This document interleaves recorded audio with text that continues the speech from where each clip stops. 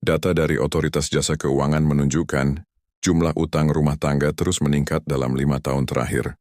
Tahun 2020, total kredit konsumtif mencapai sekitar sekursih 500 triliun, dan pada 2024 angkanya naik jadi lebih dari 2.000 triliun. Yang menarik, mayoritas peminjamnya adalah karyawan tetap dan profesional muda. Sementara itu, penggunaan PayLater juga melonjak tajam.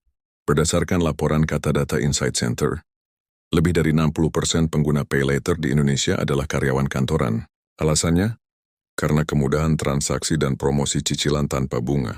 Tapi di balik kemudahan itu, banyak yang terjebak pada pola konsumsi baru beli dulu mikir belakangan. Jadi kenapa setiap kali gaji naik justru hutang juga naik? Jawabannya ada di fenomena lifestyle inflation atau inflasi gaya hidup. Misalnya dulu makan siang cukup di warteg, sekarang pindah ke kafe. Dulu motor sudah cukup, sekarang merasa harus punya mobil. Setiap kali penghasilan naik, standar kenyamanan juga ikut naik. Masalahnya otak manusia cepat beradaptasi. Hal yang dulu terasa mewah lama-lama jadi biasa. Akhirnya kita selalu merasa kurang. Walau penghasilan sudah jauh lebih besar dari dulu. Pola ini bukan cuma bikin keuangan berantakan, tapi juga memengaruhi mental.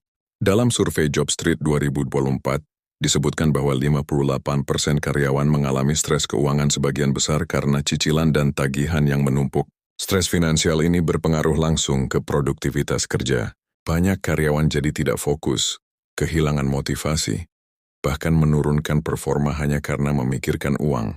Ironisnya, sebagian dari mereka bukan miskin tapi tidak punya arah finansial. Gaji yang naik seharusnya jadi peluang untuk memperbaiki hidup, bukan menambah beban.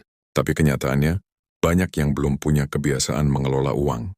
Bikin catatan pengeluaran terasa ribet. Menabung terasa kecil hasilnya, tapi belanja impulsif terasa menyenangkan.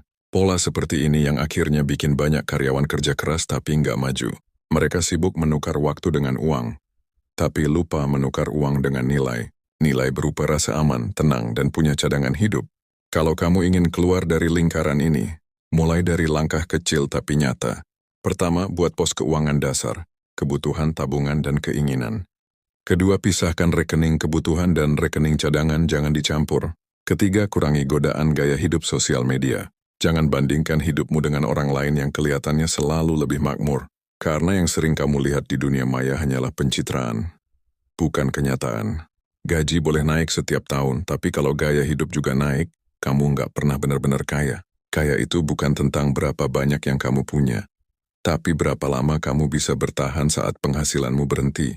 Jadi mulai hari ini, sebelum sibuk cari uang lebih banyak, belajarlah mengatur yang sudah kamu punya. Karena kalau uang nggak kamu kendalikan, maka uanglah yang akan mengendalikan hidupmu.